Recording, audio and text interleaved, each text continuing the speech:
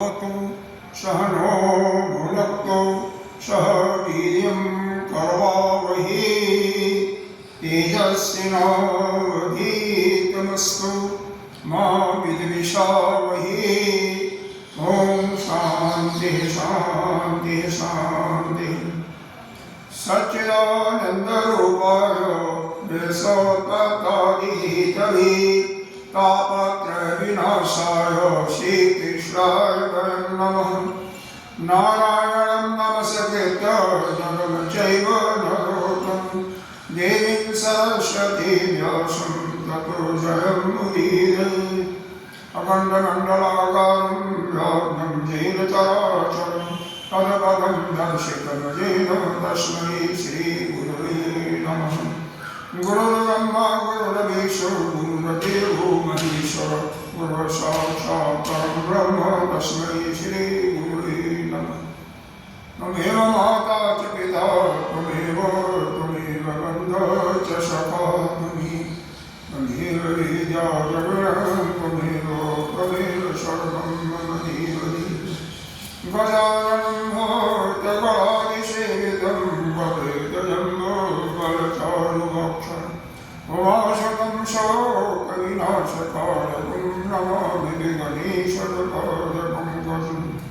अनंत श्री गोष्ठी खदावत श्री कंचन की महादेव वाणी पाड़ी वरिष्ठ महामंडलेश्वर एवं उत्तर प्रदेश समाज के अध्यक्ष श्री सदगुरुदेव भगवान के चरणों में कोटि कोटि नमन वंदन। यहाँ की अधिष्ठाता देव पंडित जी एवं भक्तजन सभी के अंतःकरण में विराजमान उस आत्मस्वरूप परमात्मा को नमन। भगवान की अहित की कृपा से ईश्वर मंगेश्वर जो धाम है वानखेड़े स्टेडियम के पास चर्चगेट के साथ में, यहाँ पर हम लोगों का चिंतन मनन चल रहा है श्रीमद् भागवत के 10वें स्कंद का। आज 28वां दिन चल रहा है।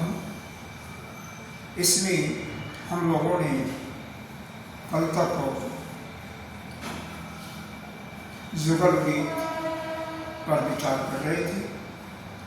महाराज के बाद गोपियाँ, महाराज के बाद फिर संकितों का उद्धार करते हैं, भगवान सुदर्शन का भी उद्धार करते हैं, और बाद में यह गोपियों का जुगल गीत जो भगवान की लीलाओं का वर्णन एक सखी दूसरी सखी से करती है। कितना अनुपम दृश्य है कि भगवान 7 साल के बालक हैं, जब उनकी बांसुरी बजती है तो सारी सिद्धगण भी अपने अपने पत्नियों के साथ आकाश में आकर के और उनकी पत्नियां वह सभी मुग्ध हो जाती हैं।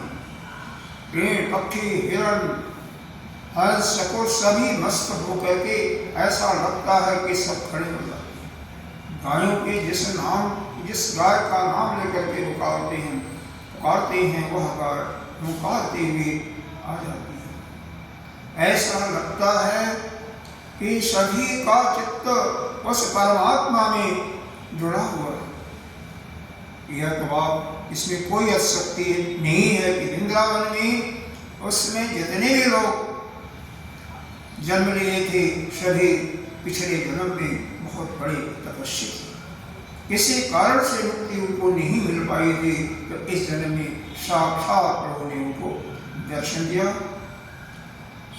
आइए अगला अध्याय जो है 38वां अध्याय है, जिसमें अरिष्टासुर नामक एक कंस का भेजा हुआ राक्षस है। भगवान को मारने के लिए भेजा था उसने, उसका भगवान उद्धार करते हैं और कंस अक्रूर जी को भगवान को लाने के लिए भेजता है। श्री शुकवाच अथ तरहा गतो गोष्ठम् अरिष्टो विषभासुरः मही महाकपकुत्तकाय कंपयन् कुलवीक्षतम्। सुखदेव जी कहते हैं कि हे परीक्षित, जिस समय भगवान कृष्ण ब्रज में प्रवेश कर रहे थे और वहाँ आनंदोत्सव बहुत धूमधाम से मनाया जा रहा था। उसी समय अरिष्टासुर नामक एक दैत्य बैल का रूप धारण करके आया। उसका कंधे का पट्टा या थुआ और डील दौड़ दोनों बहुत बड़े बड़े थे। वह अपने फूलों को इतने जोर से पलटता था उससे धरती कांप रही थी।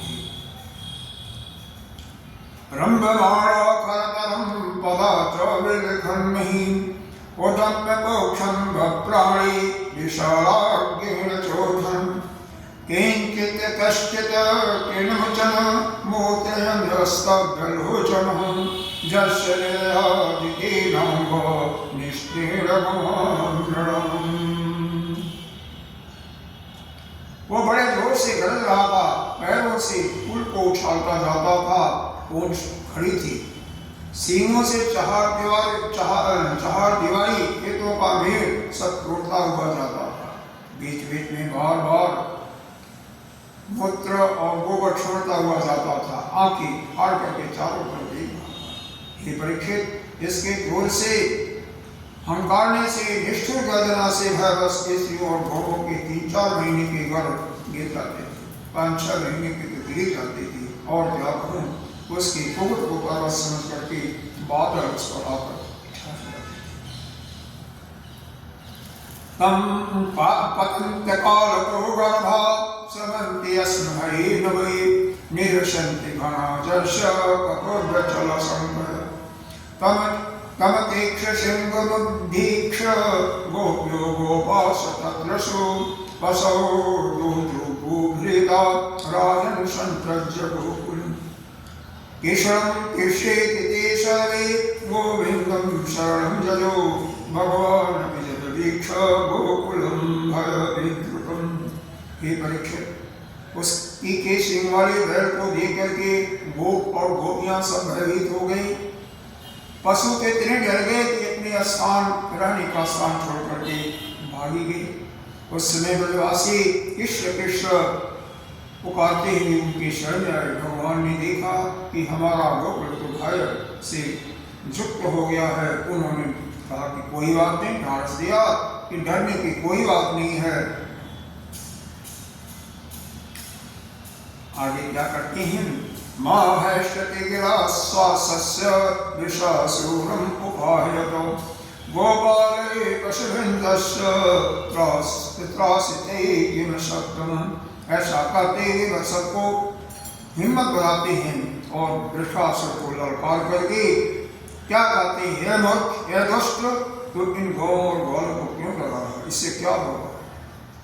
बलकल्पहाहं दुष्टानां तत विधानां दुरात्मनं इत्ता अस्फोट्य अच्युतो अरिष्टं तलशब्देन कोपिन् शङ्कुरसे भुजा भोगं प्रसार्य अवसितो हरिः सोऽप्येवं कोपितो अरिष्टः कुरीरावनिमुल्लिखन् उद्धतपोक्ष ब्रह्मण्येह क्रोधं कृष्णमुपाजवत।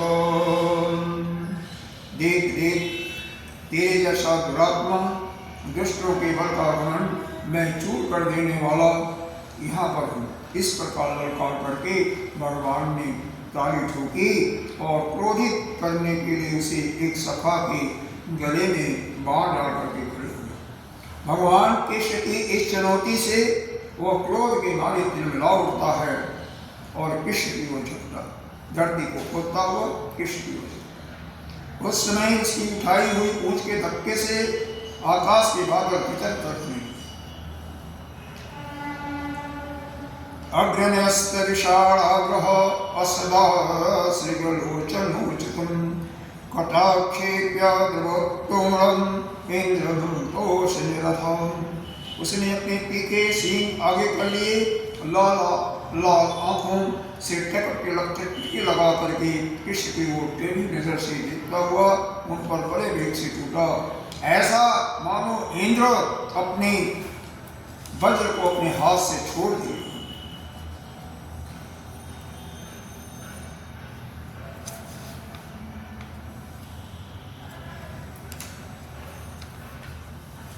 गृहीत्वा संयोस्तं वा अष्टादशकलानिशः प्रत्यको भगवान गज प्रतिगजम तथा। भगवान कृष्ण ने अपने दोनों हाथों से उसके दोनों सींग पकड़ लिए और जैसे एक हाथी अपने से भिड़ने वाले दूसरे हाथी को पीछे हटाता है, वैसे उन्होंने उस जो बैल के रूप में अष्टासुर था उसको 18 पर पीछे धकेल करके गिरा दिया। शोकविद्धो भगवता पुनः उत्थाय सत्वरः आपतत सर्वांगो निःशसन क्रोधमोचितः। भगवान के इस प्रकार ठेल देने से वह तुरंत खड़ा हो गया और क्रोध से अचेत होकर के लंबी लंबी सांस छोड़ता हुआ भगवान पर छुपा। उस समय उसका सारा पसीने से सारा शरीर पसीने से लथपथ हो रहा था। तपा तमा आपतंतम सनिग्रहं श्रृंगयो पराशमाक्रम बलिवाद्य भूतली निष्पीड्यामासजता आद्रंबरं कृत्वा विशालेन जपानसोवतत। भगवान ने जब देखा कि वह मुझ पर प्रहार करना चाहता है, उन्होंने उसके सींग पुनः पकड़ लिए और उसे लात मार करके जमीन पर गिरा दिया। फिर पैरों से दबा करके उसका कचमाचूर कर दिया। जैसे कोई गीला कपड़े को निचोड़ा जाता है, वैसे उसके बाद उसी का सींग उखाड़ करके और उसको ऐसा पीटा कि वो वहीं का वहीं पड़ा रह गया। अश्रिकवनमोत्र शक्यत समुत्सजन क्षिपं सपादान अस्थितिक्षण जवान कृष्ण कृक्षं नित्रे रथक्षयं पुष्पैः कीरन्तो हरमीहरे सुधा। परीक्षित इस प्रकार वह दैत्य मुंह से खून उगलता और गोबर मूत करता हुआ पैर पटकने लगा। उसकी आंखें उल्टी हो गई। उसने बड़े कष्ट के साथ प्राण छोड़े। अब देवता लोग भगवान पर फूल वर्षा करके उनकी स्तुति करने लगे। एवं उपगमिनं हत्ता अस्तु यमान स्वजातिभिः दिवेश गोष्ठं सबलो भोगिनां सवहम्। जब भगवान कृष्ण ने इस प्रकार बैल के रूप में आने वाले अष्टासुर को मार डाला, तब सभी वो उनकी प्रशंसा करने लगे। उन्होंने बलराम जी के साथ गोष्ठी में प्रवेश किया और उन्हें देख करके गोपियों के मन आनंद से भर गए। अरिष्टे निहते दैत्ये कृष्णेन अद्भुत कर्मणा कंसा याथा भगवान नारदूदेव दर्शन।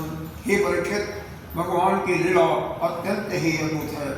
इधर जब उन्होंने अरिष्टासुर को मार डाला, तब भगवान में नारद जो लोगों को शीघ्र से शीघ्र भगवान का दर्शन कराते रहते हैं, वो कंस के पास पहुंचे और उन्होंने उससे कहा, जशोदया सुतं कन्या देवक्या कृष्णमेव च रामं च रोहिणी पुत्रं वसुदेवेन विव्यत न्यस्तौ समित्रे नन्दे वैयाभ्यामते पुरुषाहता निशम्ब तदभोजपति थोपात प्रचलितेन्द्रियम्।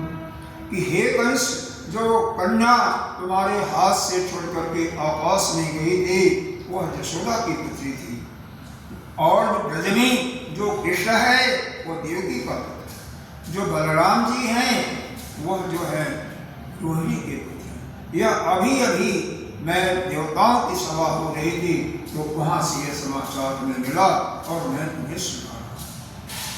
तुम्हें जो करना हो कर लो, क्योंकि वही कृष्ण है जो तुम्हारा काल है। जैसा कि पहले भविष्यवाणी हुई थी कि तुम्हारा देवकी का 8वां पत्र तुम्हारा काल है।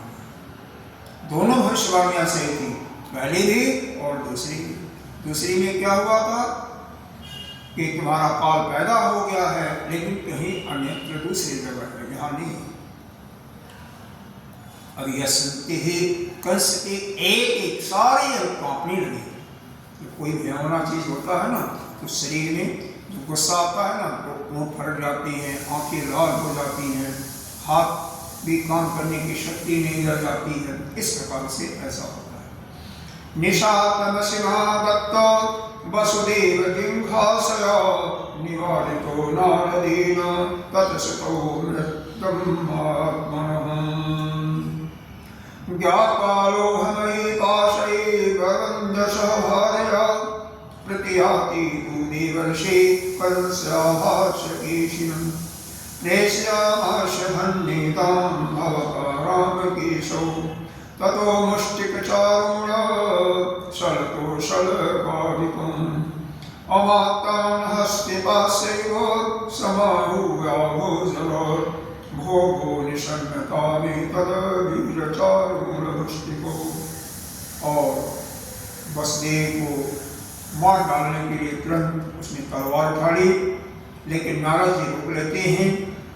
जब कंस को मालूम हो गया कि वसुदेव के लड़के ही हमारे मृत्यु के कारण हैं, तो उसने देवकी और वसुदेव दोनों पति पत्नी को हथकड़ी और बेड़ी से जकड़ करके पुनः जेल में डाल दिया। नारद चले जाते हैं जब नारद जी, तो वहां से कंस ने एक पेशी नामक राक्षस को भेजा और कहा तुम ब्रज में जाकर के बलराम और कृष्ण को मार डालो। इसके बाद कंस ने मुष्टिक, उसके चार बड़े बड़े जो पहलवान थे, मुष्टिक, चारुण, चल, कसल और तोष, यह मंत्री भी थे, और साथ में कुएलिया की एक उसके पास एक हाथी थी। उस हाथी के पास 1000 हाथियों का लोगों का बल था, बहुत ही बलवान हाथी थी। और उसके पहलवान को बुला करके कहा, ऐ वीरवर चारुण मुष्टिक, तुम लोग ध्यान पूर्वक मेरी बात को सुनो। क्या? नंद ब्रजे किलासाते श्रुतवान कदुंदभे राम कृष्णो ततो मुहिनं मृत्यु किल निदर्शित। वसुदेव के दोनों पुत्र बलराम और कृष्ण नंद के ब्रज में रहते हैं, उन्हीं के हाथ से मेरी मृत्यु बतलाई गई है। भवद ध्यानी है संप्राप्तो अन्नीतां वल्ललीलया मंचाकियन्तां विदात् मलरंग परिश्रिता परो जानपदा सर्वे वर्षन्त सरसंयुगम्। अतः जब यहाँ आए तो तुम लोग उन्हें कुश्ती लड़ाने के बहाने मार डालो। तुम लोग भांति भांति के मंत्र और अखाड़े के चारों ओर गोल गोल सजा दो। उन पर बैठ करके नगरवासी और दूसरे प्रजाजन इस सक्षम दंगल को देखें। हे महावत, तुम बड़े चतुर हो, देखो भाई, तुम दंगल के जो घेरा है उसके फाटक पर भी अपने कुएलिया पीठ हाथी को रखना, और जब मेरा शत्रु उधर से निकले तभी उस हाथी के द्वारा उसे मरवाना हो। महामात्रतया भद्र रंगदावरूपन्यम दीपकुवलयापीडो जहिते नममाहितो आरभ्यतां धनुर्याग चतुर्दशां जटाविधि विशसन्तु पशून्यमेधान् भूतराजाय विदुषे। इसी चतुर्दशी को विधि पूर्वक धनुष यज्ञ यहाँ पर प्रारंभ कर दो, और उसकी सफलता के लिए जो वरदानी भूतनाथ भैरव हैं उनको अधिक से अधिक पशुओं की बलि चढ़ा करके उनको खुश करो। आराध्यातां धनुर्याग चतुर्दशां जटाविधि विशसन्तु पशून्यमेधान् भूतराजाय विदुषे इत्यज्ञापार्थतन्त्रज्ञ आयुर्जदपुंगवं गृहीत्वा पाणिना पाणिं ततो अप्रोचुवाच। मोदानपते मह्यं केन्द्र मैत्रमादितः नानस्वस्तो हित तमो विद्वते भोजवेशसु।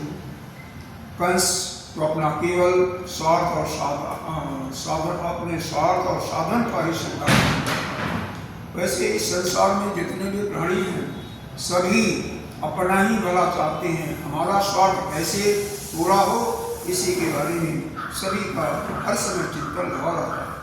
इसीलिए उसने मंत्री, पहलवान और महारथ को इस प्रकार आज्ञा दे करके जदुवंशी अक्रूर को बुलाया और उनका हाथ अपने हाथ में लेते हुए बोला, ये अक्रूर जी, आप तो बड़े उदार और दानी हैं, सब तरह मेरे आदरणीय हैं, यहाँ आप मेरा एक मित्रवत काम कर दीजिए, क्योंकि भोजवंशी और यह जो विश्ववंशी जो यादव में आपस में आपसे बढ़ करके मेरी भलाई करने वाला और कोई नहीं है। क्या करना है वो बता रहा है। अस्तस्त्वाम् आश्रितः सम्यं कौरवौरवशालं यतीन्द्रो विष्णुम् आश्रित्य सार्धमग्रगमविदुः। यह काम बहुत बड़ा है, इसलिए हे मेरे मित्र, मैंने आपका सहारा लिया। वैसे ही जैसे इंद्र समर्थ होने पर भी विष्णु का आश्रय लेकर के अपने स्वार्थ को साधता है। गच्छनन्दव्रजं तत्र सुतावानपदुन्दभे आसाति ताविहारेण रथेन नयमाचिरम् निःशिष्टकल्मे मृत्यो देवै वैकुण्ठसंश्रये तावान समं गोपै नन्दादये साधुपायणे। आप नंदराज ब्रज में नंदराज के घर लगे। वहाँ वसुदेव जी के दो पुत्र हैं, राम और कृष्ण, यानी बलराम और कृष्ण। उनको रथ पर बैठा करके यहाँ पर ले आए। इस काम में बिल्कुल देरी नहीं होनी चाहिए। सुनते हैं कि विष्णु के भरोसे जितने भी जीने वाले देवता हैं, उन दोनों को मेरे मृत्यु का कारण निश्चित किया है। इसलिए आप उन दोनों को ले जाइए, साथ ही नंद आदि गोपों को भी बड़े बड़े भेंट दे करके उनको ले लाइए। और यहाँ जब आ जाएंगे तो अपनी कार के सामान को ले अपनी छाती से मरवा डालूंगा। यदि वह बच भी गए तो हमारे वज्र के समान जो मजबूत हैं, फुर्तीले जो पहलवान हैं, मुष्टिक चारों कौशल इत्यादि, उनसे मरवा डालूंगा। घाते सत्यारी तो काल कल्पेन हस्तिना यदि मुक्तौ ततो मल्लै घातये वैदुतो कर्मणि तरो निरहतस्ताप्तान वसुदेव गुरुगमं ततबन्धो निहन्यशामि विष्णुभोजदशाकान् ओक्यसेन च पितरम् अस्तविदं राज्यपामुकम् तदरात्रं देवकं च देवचाने विदिशोमम्। उनके मारे जाने पर वसुदेव आदि विष्णु भोज और दशावंशी उनके भाई बंधु यह शोकग्रस्त होंगे। फिर उन्हें मैं अपने हाथ से मार डालूंगा। मेरा पिता युधिष्ठिर यूं ही बूढ़ा हो गया है, परंतु उसको राज्य का लालच है। सब कर चुकने के बाद मैं उसको अपने भाई देवक को और दूसरे भी जो उसके भाई देवक को और उसको और जो मुझसे द्वेष करने वाले हैं सबको तलवार से मार डालूंगा। तस्यैसा मही मित्र भवत्री नष्ट कंटकान् जरासंधो मनगुरुहो दिविदो जयिता सका। मेरे मित्र पूर्जी, फिर तो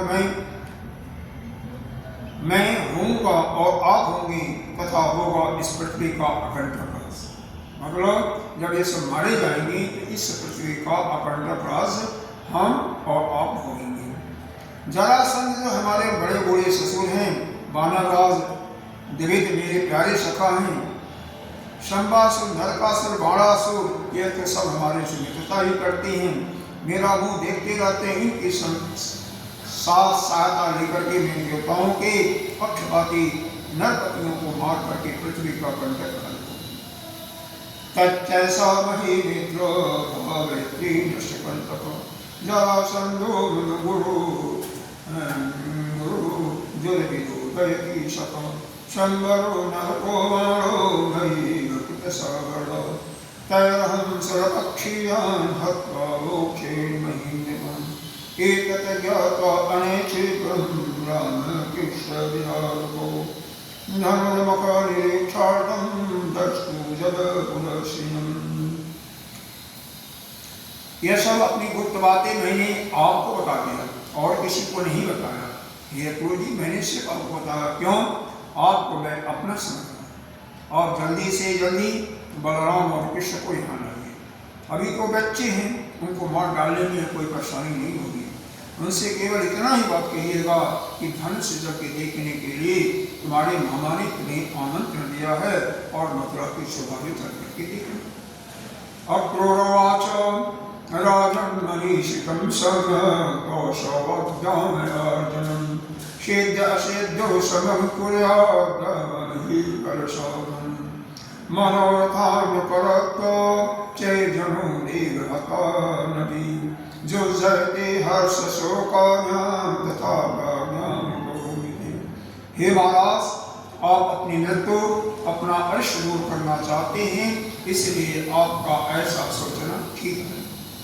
मनुष्य को चाहे सफलता मिले या पराजय मिले या सफलता मिले, दोनों में समभाव रख करके ही अपना काम करते रहना चाहिए। फल तो दैवी प्रेरणा से मिलती है, लेकिन हमें अपना काम करते रहना चाहिए। मनुष्य तो बड़े बड़े मनोरथों का दिन भांगता रहता है, पर वह यह नहीं जानता कि दैव ने मतलब कि प्रारब्ध ने पहले से निश्चित कर रखा क्या होगा क्या नहीं होगा। यही कारण है कभी प्रारब्ध के अनुकूल होने पर आपका प्रयत्न, हमारा प्रयत्न सफल होता है और कभी नहीं होता है। जब सफल होता है तो हम हर्ष से पूरे नहीं सुनाते हैं, और जब हमारा प्रयत्न सफल नहीं होता बल्कि विफल हो जाता है तो हम शोकग्रस्त हो जाते हैं। फिर भी मैं आपकी आज्ञा है तो उसका पालन कर रहा हूँ। सुखदेव जी कहते हैं श्री शुकवाच एवं आदेश चातुरं मंत्रणस्य विसर्जतः सः प्रविवेश गृहं कंसस्थ अपूर्व स्वमानम्। सुखदेव जी कहते हैं कंस ने मंत्रियों और अपूर्व जी को इस प्रकार आज्ञा दे करके सभी को विदा कर देता है। तदंतर अपने महल में चला गया और अपूर्व जी अपने घर लौट आई। और इसके बाद एक केशी नामक राक्षस को भेजता है भीमासुर को। इन दोनों को भगवान मार करके इनका उद्धार करते हैं और नारद जी आकर के भगवान की स्तुति करते हैं। इस कथा का यहाँ पर प्रारंभ हो रहा है। श्री सुकवाच केशी तो कंस कहता खुरैर्मर्हि महाहयो निर्जयन् मनोजव सटावधूताभिमान संकुलं कुर्वन्नमोहे सिताखिलः विशाल नेत्रो विकटास्य कोटरो विशदिकुलो नीलमहामुदोपमो दुराशया कंसहितं चिकेशो विजंसनन्दस्य जवामकण्ठम्। सुखदेव जी कहते हैं हे परीक्षित, कंस ने जिस केशी नामक दैत्य को भेजा वो बहुत भारी घोड़े का रूप धारण करके मन के समान दौड़ता हुआ ब्रज में आया। वो अपनी टोपों से धरती को खोदता जा रहा था। उसकी गर्दन के छितराए हुए बालों के झटके से आकाश के बादल और विमानों के भीड़ भी तितर बितर हो रही थी। उसकी भयानक जो चिल्लाती है घोड़े हिलनाती हैं, उससे सब के सब ऐसे कांप रहे थे। उस घोड़े की आंखें बहुत बड़ी बड़ी थी, मुंह क्या था मानो जैसे वृक्ष का खोहर हो, ऐसा था। उसे देखने से डर लगता था। गर्दन बहुत मोटी थी, शरीर इतना विशाल था कि मालूम होता था काली काली बादल की घटा है। उसकी नियत में पाप भरा था। वह कृष्ण को मार करके अपने स्वामी कंस का हित करना चाहता था। उसके चलने से पृथ्वी पर ऐसा लगता कि भूकंप आ गया हो। तम प्राशयन्तं भगवान् स्वगोकुलं तद्धसिते बालविघोरिताम्बुदम् आत्मानमाजौ मृगयन्तं गणे रूपाहितसविगन्नमृगेन्द्रवरो। भगवान कृष्ण देखा कि उसके हिलनाट से उनके आश्रित रहने वाला गोकुल भयभीत हो रहा है। उसकी पूंछ के बादलों से बादल तितर बितर हो रहे हैं। वह लड़ने के लिए उन्हीं को ढूंढ रहा है। तो बढ़ करके उसके सामने आए और उन्होंने भगवान ने श्री कृष्ण ने उसको सिंह के समान गरज करके ललकारा। शतं निशामाविमुखो मुखेन खं विवन्निवाभ्य द्रवदत्यमर्षद जगानपदभ्यामविन्दलोचनं दुरासदचण्डजो दुरत्ययः। भगवान का सामने देख करके वो और क्रुद्ध हो जाता है और अपनी मुंह को फैला करके होता है मानो वो आकाश को ही पी जाएगा। हे परीक्षित, सचमुच वास्तव में केसी का वेग बहुत कठिन था। उस पर विजय पाना मुश्किल था। उसे पकड़ लेना भी आसान नहीं था, लेकिन भगवान ने उसके पास पहुंच करके दुलकती हाड़ी। फिर क्या होता है? तदवंचित्वा तम धोक्षजूषा प्रगृहे परविद्यकादरो शावज्ञम् उत्सृज्य धनुषतान्तरे जटो रघुं ताक्षशतो व्यवसितः। भगवान ने अपने आप को बचाया। भला वह इंद्रियातीत को कैसे मारता? उन्होंने अपने दोनों हाथों से जिस पैरों से दुलक्की मारा था उसकी पकड़ कर लिया, और जैसे गरुड़ सांप को घुमा घुमा करके पटक देते हैं, उसी प्रकार क्रोध से भगवान ने उसको घुमा करके बड़े अपमान के साथ 400 हाथ की दूरी पर खींच दिया और संयम कर करके खड़े हो गए। फिर क्या होता है? शालब्ध संज्ञा पुनः उत्थितोषा व्याधाय केशीतरशालपद्धरिं सोऽवस्य वक्त्रे भुजमोत्तरम् अस्मिन् प्रेष्यामास जठोरमूले। थोड़ी देर के बाद केशी फिर सचेत हो गया और खड़ा हुआ। उसके बाद क्रोध से तिमला करके और मुंह फाड़ करके बड़े वेग से भगवान के पर झपटा। उसको दौड़ते देख भगवान मुस्कुराने लगे। उन्होंने अपना बायां हाथ उसके मुंह में ऐसा डाला कि जैसे सर्प बिना किसी भी शंका के दिल में घुस जाता है, ऐसे भगवान उसके दंतानि वित भगवत भुजस्पर्शः केशिनः तत्तमः अस्पृशोजतः बाहु सतदेहगतो महात्मनो जटायं समृद्धे वीक्षितः।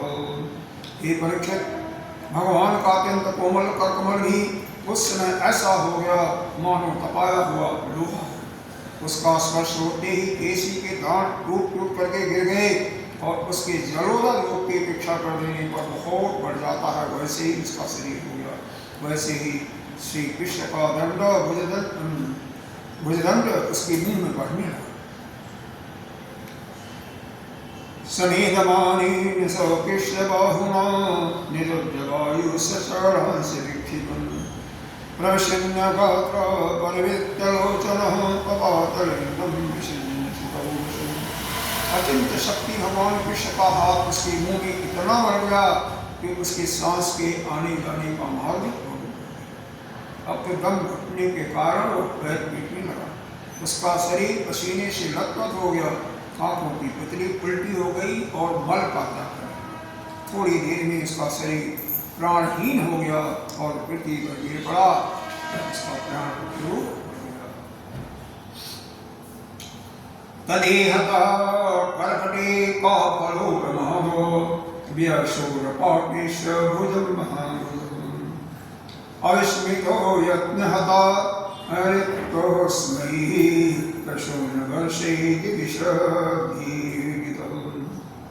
उसका निष्प्राण शरीर पोड़ा हुआ होने के कारण गिरते ही पकी जैसे ककड़ी होती है, पकी हुई ककड़ी, और वह फट जाती है, जिसे भुट्टा कहते हो ना, फूक कहते हो। महाभाव भगवान कृष्ण ने उसके शरीर से अपनी भुजा खींच ली और उन्हें इसमें कोई भी आश्चर्य नहीं हुआ। बिना प्रयत्न के ही शत्रु का नाश हो गया। देवताओं को अवश्य ही बहुत आश्चर्य हुआ। वे प्रसन्न होकर के भगवान के ऊपर फूलों की वर्षा करने लगे। ये चलने का पंखा देवर्षि प्रसंगम्य भगवत प्रवरो निवह केशं क्लिष्टकर्माणं रहस्येन तपासतः। केशव प्रमेयात्मन् योगेश जगदीश्वर वासुदेव अखिलाश शातकांत। हे परीक्षित, देवर्षि नारद भगवान के परम प्रेमी और समस्त जीवों के सच्चे हितैषी हैं। इनका नहीं चल रहा, चल रहा। वे भगवान कृष्ण के पास आए और भगवान से एकांत में कहने लगे, ऐसा सच्चिदानंद स्वरूप भगवान कृष्ण, आपका स्वरूप मन और वाणी का विषय नहीं है। आप तो जोगेश्वर है, सारे जगत का नियंत्रण आप ही करते हैं। आप सबके हृदय में निवास करते हैं। आप भक्तों के एकमात्र वांछनीय जदवंश शिरोमणि और हमारे स्वामी। तो क्या कहना चाहते हैं? तम आत्मा सर्वभूतानां एको ज्योतिः वैदशां गूढ़ो गुहाशय साखी महापुरुष ईश्वर। इस श्लोक को देखिए, इसको पंडित जी आप याद कर सकती हैं। त्वम आत्मा सर्वभूतानां एको ज्योति वैदशम गूढ़ो गुहाशय साक्षी महापुरुष ईश्वर। आप क्या है? सभी प्राणियों के आत्मा। तम आत्मा सर्वभूतानां एको ज्योति वैदशम, और एक ज्योति की पूजा आप ही, यानी आपके ही शक्ति से सभी जीव सोचते हैं, सभी जीव चलते हैं, सभी जीव का भोजन भी पचता है, सभी जीव अपना काम भी करते हैं। तो सभी प्राणी के अंदर कैसे काम कर रहे हैं, कौन है? वही एक ही आत्मा है। तात्पर्य हुआ कि आपके अतिरिक्त इस संसार में कोई और है ही नहीं। जो भी है, चाहे वह मनुष्य है, चाहे जानवर है, पशु है, पक्षी है, कीड़ा मकोड़ा, उसमें आप ही की आत्मा चल रही है, क्योंकि आत्मा तो एक ही है। इसलिए ऐसा जब मन में झड़ता होला तो किसी से न तो राग, न किसी से अपने आप ही नहीं होता, क्योंकि आपके सिवा कोई अन्य है ही नहीं। जब आपके सिवाय कोई अन्य होगा तभी तो आप किसी से राग करोगे या किसी से ईर्ष्या करोगे। आप ही होंगे एक। बहुत सुंदर है ये उपनिषद का यहाँ पर हवाला दिया है।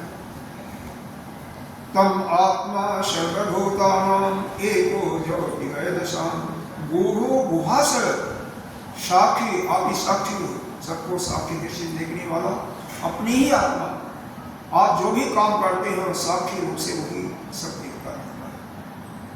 गुहाशय, आशय, जिसका आशय ये हृदय रूपी गुहा है, उसी को गुहाशय कहा जाता है। गूढ़ो, जो बहुत ही अचिंतनीय, बहुत ही गूढ़ है, जिसका रहस्य नहीं है, उसको कहते हैं गूढ़। अरे एक गीता जी में छठे अध्याय नहीं आया, सर्वभूतस्थ आत्मानं सर्वभूतानि च आत्मन् इसे योग इक्षयते योग युक्ता सर्वत्र संदर्शन। इस सभी प्राणियों के अंदर हमारी आत्मा और सभी की आत्मा हमारी अंदर, इसमें कोई जगह जगह भगवान ने इसका वर्णन किया।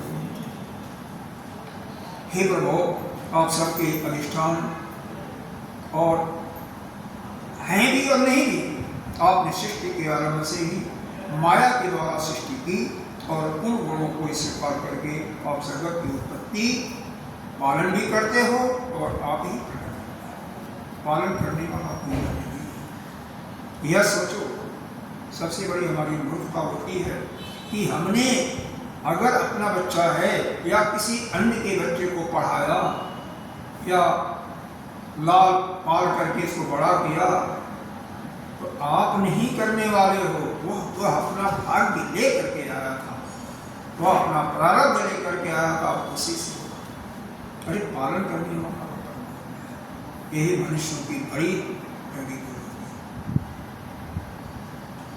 अरे किसी को भी पाल रहे हो तो उससे अपेक्षा मत करो कि कुछ मिलेगा। दुख क्यों होता है? जब आपके मन में पहले से यह पक्का बैठ जाता है कि अमुक चीज की प्राप्ति हमें होगी यहाँ से, और जब वहां से नहीं मिलता है तो जैसे यहाँ से गए, बहू होगी वहां पर या बिटिया होगी, कोई भी होगी, अगर आपके मन में है जाते ही एक कप गर्म गर्म चाय मिलेगा या कुछ और मिलेगा और नहीं मिला तो क्या होगा? या वो है ही नहीं वहां पर, वहीं किट्टी पार्टी में चली गई बहू, तो दुख होगा ना, झुझलाओगे ना। तो क्यों? कमी क्या है? कमी कुछ नहीं है, केवल आपने अपने मन के अंदर एक कामना पाले से बचा लिया, इस कारण से गलती ने आपकी है ना उसकी, गलती किसी की। आप अपने प्रारब्ध का फल भोग रहे हो, वह अपने प्रारब्ध का फल।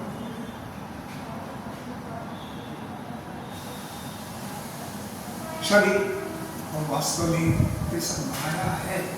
माया समझ लो तो कोई दुख होगा ही, लेकिन माया न समझो तो कम से कम इतना समझ लो कि हम अपने मन में किसी चीज को क्यों पहले से कामना कर लेते हैं, हम नहीं करना चाहिए।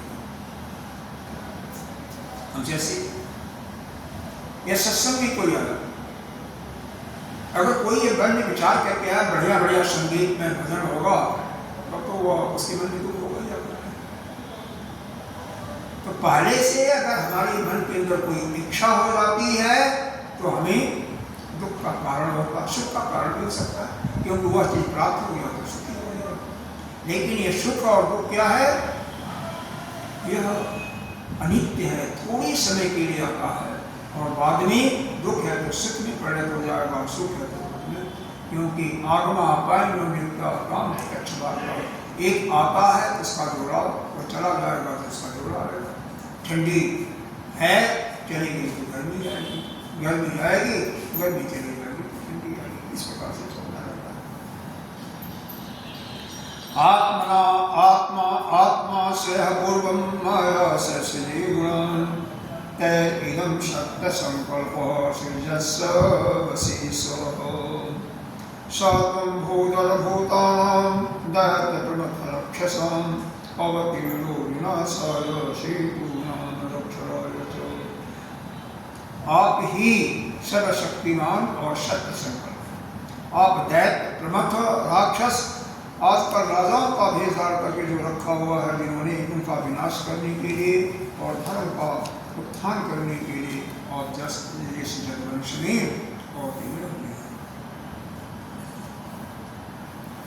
देशकयाते निहतो दैतो लीलायं भागति जष्टहेशित संत्रास्तस्य जन्तनिमिषादिवं चारूरमुष्टिकं चैव मल्लान्यां सहस्तिनं कंसं च निहतं द्रक्षे परस्सो अनितीयो। यह बड़े आनंद की बात है कि आपने खेल खेल में घोड़े के रूप में रहने वाला केशी दैत्य को मार डाला। इसकी हिनाहट से डर करके देवता लोग अपना स्वर्ग छोड़ करके भाग जाया करते थे। हे प्रभु, मैं कल परसों ये कौन कर रहा? नारद जी कर रहे। मैं परसों जो है दिन चतुर्दशी थी, आपके हाथों से यह जो चारों पहलवान है कंस के चारों मुष्टि कौशल उनकी मृत्यु देखना चाहता है। और क्या कुवलिया पीठ हाथी की भी और स्वयं कंस को भी मरते देखूंगा। और उसके बाद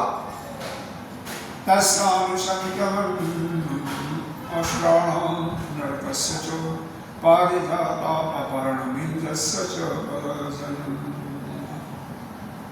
उसके बाद शंखासुर, कालजमन, मोर और नरकासुर का भी आप स्वर्ग से वृक्ष खोल लेंगे और इंद्र के चीटापड़ करने पर उसको भी मजा चुकाओगे।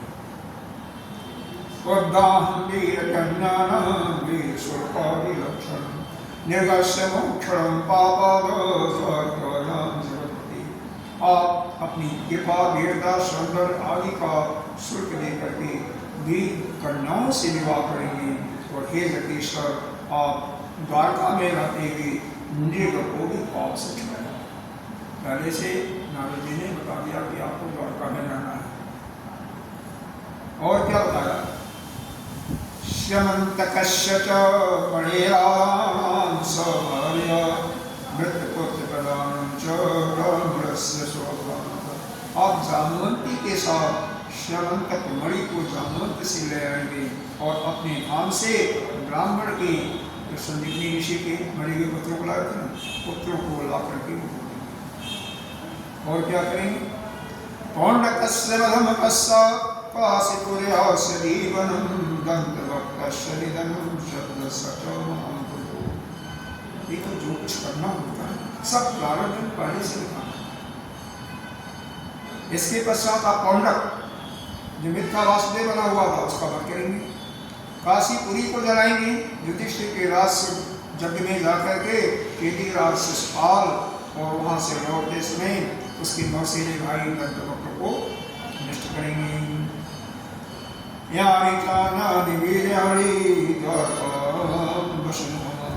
कर्ता द्रक्षा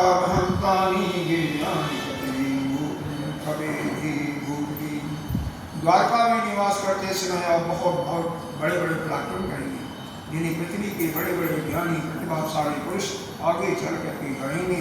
वह सब इसके बाद और क्या करेंगे?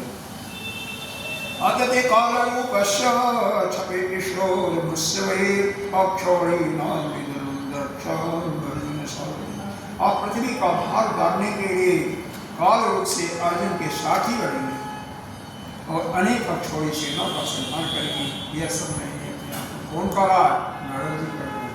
नारद जी अभी भगवान के 24 अवतारों में से एक अवतार है और क्या है? बड़े संत हैं, हर समय नारायण नारायण चलता रहता है।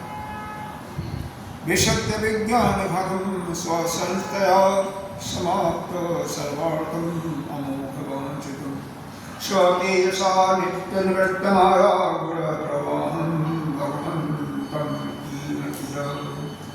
हे प्रभु, आप विशुद्ध विज्ञान घन। विज्ञान घन का मतलब क्या होता है? ज्ञान के खजाने। देखो, घन का मतलब ज्ञान है थोड़ा, लेकिन घन है जहाँ पे विज्ञान घन आ गया, प्रज्ञान घन आ गया, वहाँ पर वो असीमित ज्ञान है। तो आप प्रज्ञान है, आपके स्वरूप में किसी का कोई अस्तित्व नहीं। आप नित्य निरंतर अपने स्वरूप में स्थित रहते हैं, इसलिए सारे पदार्थ नित्य प्राप्त। जो भी अपने स्वरूप में रहेगा, मतलब उसके मन में किसी प्रकार का विकार आएगा ही नहीं। उसकी प्रकृति उसके चारों तरफ से सेवा करती है। कोई भी संसार की वस्तु ऐसी नहीं है उसकी इच्छा होते ही उसके पास नहीं, लेकिन करना क्या? करना कुछ नहीं, सिर्फ अच्छा बुरा जैसे भी हो रहा है आप मस्त रहिए। बस आप अपने मन में हमेशा भाव रखिए कि हम ही ब्रह्म हैं, हमारे सिवा और कोई नहीं है। मैं तो अकेला हूँ, सृष्टि के पहले भी था, अभी भी हूँ, बाद में हूँ। कर्ता बनना ही बंधन का कारण। आपने यह मान लिया कि शरीर जो कर रहा है, मन कर रहा है, वाणी कर रहा है, वो मैंने किया, वहीं पर रहेगा, वहीं पर रहेगा। शरीर तो ये पंच महाभूत जड़ है, अंतःकरण भी जड़ है, इनसे जो भी काम हो रहा है उसको अपना क्यों मान ले? आपको अलग हो, आपको नित्य शुद्ध मुक्त करना है, आप तो शुद्ध आत्मा हो, क्यों माने? यह मानना ही कर्तापन आ जाता है। हम जैसे अपने भोजन किया, अच्छा लगा, बनाने वाले को भी धन्यवाद करते हैं, कहते हैं बहुत तृप्ति हुई। अरे तृप्त कौन हुआ? शरीर हुआ ना। आप तो हमेशा तृप्त हो, तो यह केवल सुख का यही मान लेना कि हम तो अलग हैं, शरीर अलग है। यही ज्ञान है, सच्चा ज्ञान यही है कि शरीर, चाहे स्थूल शरीर हो, सूक्ष्म शरीर हो, कारण शरीर, ये सब तो यहीं पर चले जाएंगे। हम तो कभी मरते नहीं है, कभी पैदा होते हैं, हम तो इससे अलग है।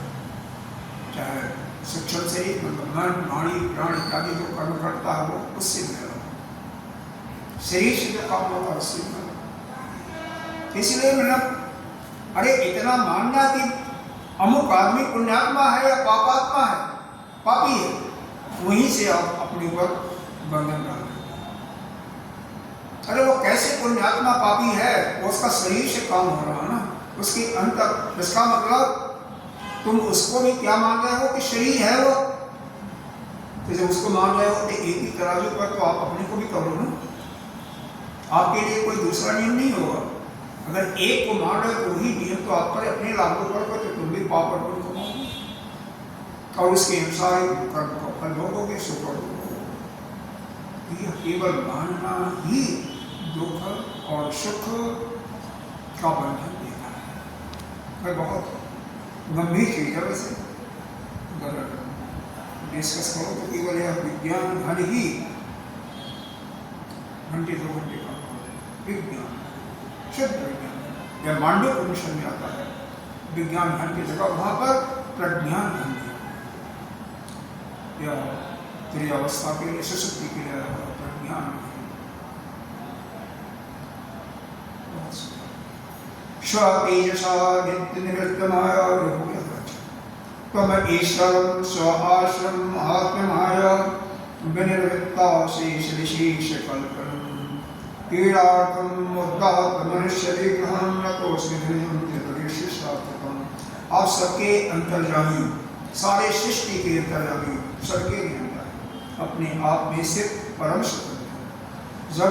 जगत और उसके विशेष विशेषताओं से अशेष विशेषों भाव अभाव रूप में सारे भेद विभेद की कल्पना केवल आपकी माया से। जगत जितना भी हम भेद दृष्टि से देखते हैं ना कि आप अलग आप अलग, वो केवल एक माया का ही प्रपंच है।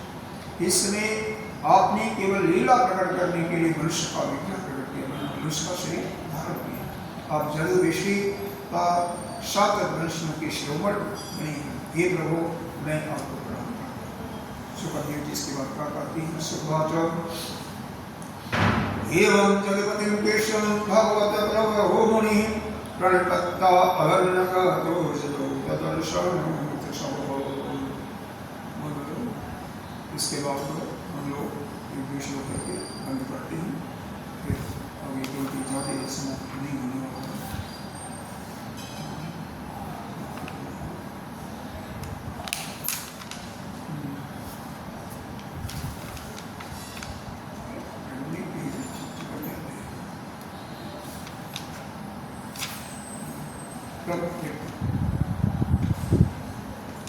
भगवान के परम प्रेमी भक्त देवर्षि नारद जी इस प्रकार भगवान की स्तुति करते हैं प्रणाम करके, और भगवान के दर्शन से उनका रोम खिल उठता है।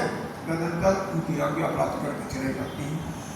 भगवान कृष्ण केसी को लड़ाई में मार करके फिर अपने प्रसन्नचित्त बाल बालों के साथ जैसे पहले करते थे पशुपालन का काम, वैसे ही काम में लग जाते हैं। और यह नहीं कि एक काम कर दिया बहुत अच्छा तो अब जाकर के आराम करो, ऐसा नहीं। फिर जाकर के तुरंत ही दूसरा काम करने लगे। और हम लोग क्या करते हैं एक काम कोई कर दिया तो जाकर के आराम करते हैं ना। एक सेकंड का समय जो भी संपत्ति सारी खर्च कर तो फिर वो आने वाला नहीं। इस चीज को एक राते पशुन पालचारयन्तो दिमानशो चक्र नीला विदेश्वर चोर पाला वनेश्वर। एक समय सभी ग्वाल वाल पहाड़ के चोटियों पर गाय अपने पशुओं को चरा रहे थे। कुछ चोर और कुछ रक्षक बन करके छिपने का काम कर रहे थे। तत्रासन कच्चित चोरा पाला सकत चिन्ह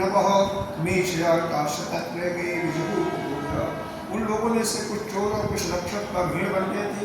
इस प्रकार वे निर्भर होकर खेल में